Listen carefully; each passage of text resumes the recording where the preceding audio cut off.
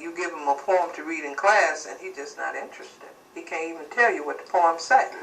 But he can sing 3 or 4 songs from off the radio or his iPad or whatever, because the songs are being played constantly in his ear. So he knows that, I don't know. It's very strange. So maybe that's the way they should teach. Yeah, but the thing is that I'm not the only hip-hop artist, or what I figure myself conscious artists. There's other kind of unconscious artists. Why isn't a lot of that music given to children to listen to outside of somebody be this and sell this and shoot this? I don't understand where this is coming from. Well, it might have something to do with nowadays having like maybe 37 or 38-year-old grandmamas. Yeah, grandmothers are younger. Yeah. I just saw where grandmother was a cheerleader. She's 37. Yeah. Everything is moving faster. And so because we're... Welcome back. This is a little segment from a little play or movie called My Feelings Have Wings. It's about when I was a little girl around 8 years old, and my mother and my father, stepfather, divorced, and we moved in with Rev Bobo, a psychic, a minister, and a medium. And we stayed with her. And this is one of the things that happened while we were there. Okay? My feelings have wings.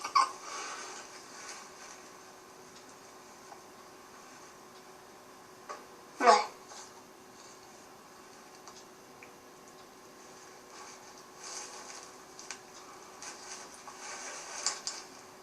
Now you can begin. Me, say it? Rev Bobo, when I grow up, I'll be like you. Well, you do have a gift. What's a gift?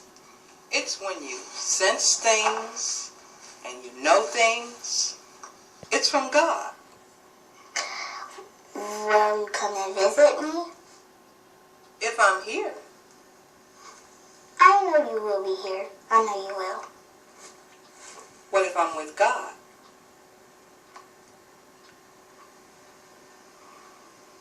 Don't worry. You're welcome.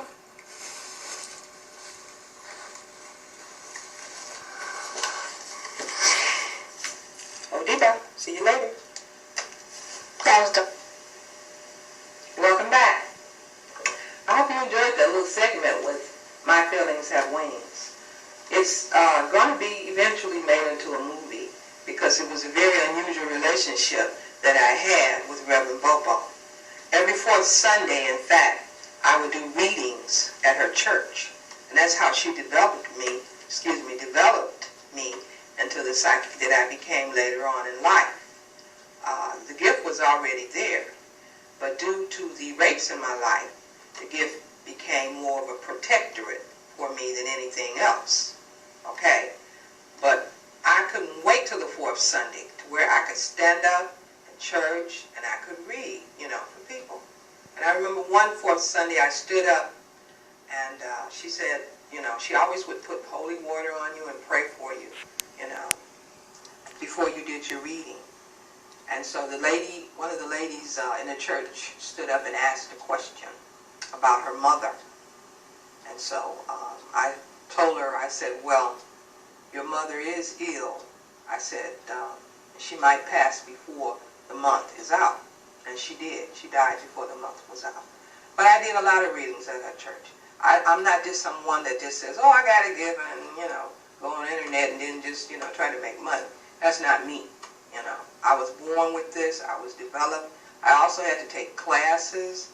I took classes in Orientology. I took classes in psychology. I went to school. I have degrees. So that's me, Aura. And if you read my book, Aura, the Ebony Princess, you'll find out a lot of interesting things about me. Things that might surprise you. So that's the way my life pretty much was. Now, when I was young, I also was a dancer. I always danced. In fact, we used to run around Chicago in a little group. When I was 18, we ran around with Shaka Khan and the Euro dancers. I think they would call themselves the Shades of Black.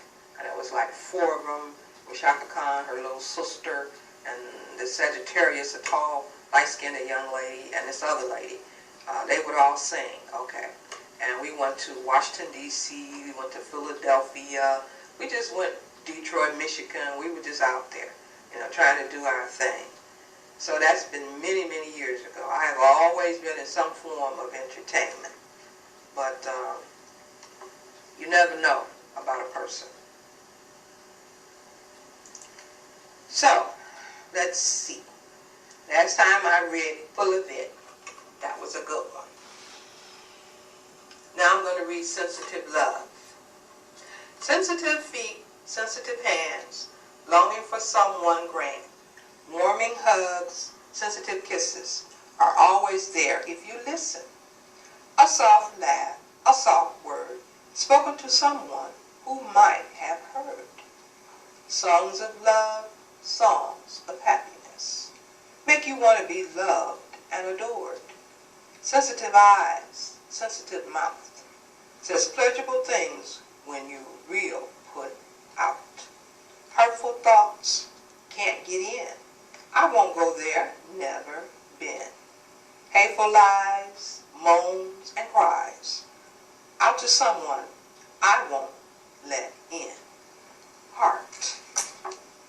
It needs some repair. Here, sit down in this chair. Almost gone love is never almost gone. Sensitive ears, hearing pain, oh, psychological pain. What really happened in the rain? I won't go there, but will you? Sensitive to me, sensitive to you. Loving to me, loving to you. And that was written by me many years ago. Okay.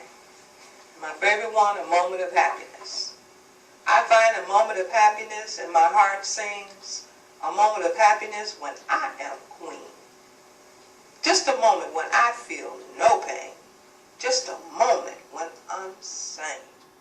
I see the seasons go and change. I want to stay there, right there. A moment to share with God. A second so great that no other has forsaken it. There. That pause. That moment. That feeling. Oh, of happiness. Unbelievable on this earth. Oh, I see it with such excitement. The sparkle glares from my eyes and they turn up at the corners and I smile. I'm alive. I'm alive. And that's when you finally realize that life just goes on no matter what you do. Okay? And it does. So, there are other things that I could go through, but I won't because I don't have time. But I'll tell you about my pets. Okay. In 1993, my son brought home 3 baby kittens from Michigan. We named them Relax, Max, and Mad Max. I loved all of them, but Relax was a gorgeous orange color. He was the one with more poised and grace. He was very gentle and kind-hearted. You knew when he entered a room. He was, all 3 of them really had what you call extrasensory perception. Relax sensed when he could do certain things and when he could not. He knew his boundaries and he knew when visitors were welcome into the house and when they were not. Okay? When I wanted to know something, guess what? I would concentrate on Relax. And all the information would come to me. That's really strange. I miss him. One day he just ran away. We had new windows put in and Relax just went out the window. All of them did, in fact, They used to fight a lot. But you know what? I love to see them when they would catch a mouse. That is the most interesting thing in the world to me, to see a cat catch a mouse. Okay? But anyway, when my cousin was a little girl, her name was Gail, she had a bad habit of opening the window and reaching out of it. So one day, she was on her way out the window, on the ground. But she had a dog named Linus. Linus sensed she was in big trouble, so he grabbed hold of her skirt, which stayed on her, thank God, and he saved her life. He saved her from falling out the window. Now, I loved Linus. He was a German Shepherd. Beautiful dog. And I would walk down the street with him. Of course, everybody would move out the way because they didn't like, big German Shepherds. But I used to love Linus. He was my favorite dog. So, then there was Bingo. When I was down south as a little girl, we had a dog called Bingo. Bingo was a white, dirty-looking dog, but we loved Bingo. We didn't care. We were kids, and we would try to clean him up, but he'd always get in the mud. Arkansas is known for its mud, and so Bingo would get into the mud. And so he was always dirty-looking. But whenever we would go out, we would always sing, B-I-N-G-O, B-I-N-G-O. Bingo was his name. Anyway, I had a favorite auntie down south, and her name, I don't remember her name even because she's gone, Auntie Emma. Auntie Emma was part either Cherokee or Blackfoot, and she had hair down to her waist. And I'm not exaggerating. I used to have to comb her hair, and it would take me at least 20 minutes just to straighten it out because it was so long.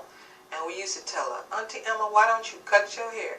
She would not cut her hair. I used to call it the horse tail because it went all the way down her back to her butt. And I'm not exaggerating. That's how long her hair was. And she kept it that way. And she always wore a long ponytail.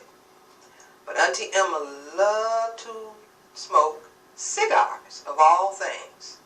And do you know that's what she died of? Lung cancer from smoking those cigars. She could smoke that cigar and spit at the same time. Boy, I mean, she was some piece of work, Auntie Emma. And my uncle, we call him Rev Davis, A.C. Davis. That was her husband. And I was crazy about Reverend A.C. Davis because he took care of us every summer. And that was interesting to me. It was interesting to be taken care of in the summertime. So I knew the South only in the summertime. But my brother was down there. He got sent there because he would not behave himself. So that was his punishment. But life goes on. And I hope you enjoyed our show today.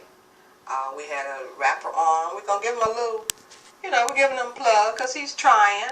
He's new to the rap scene, but he's trying, So he's called here in Washington. And of course, next time we'll have Hit Fam back on, and we'll try to continue on.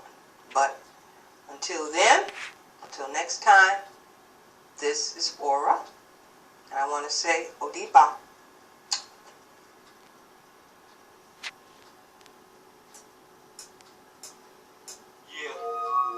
Niggas ain't gonna know nothing about this, but I bet the ladies will. I'm just gonna tell you, you better grab your thick female and get on the floor right now. Here we go. Yeah. Proxy Avalanche. Here's Squad. HT. Squad up. Now let's go. Yeah. I like the way you do what you do. Go and drop it like it's hot, baby. Do what you do. Go and shake it, shake it, baby. Shake it, shake it, shake it. Shake it, shake it, shake it. Shake it, shake it, shake it. Yeah. I like the way you do what you do. Go and bounce it up and down, baby. Do what you do. Go and shake it, shake it, baby. So shake it, shake it. So shake it, shake it. So shake it, shake it down now. Shake, shake, shake.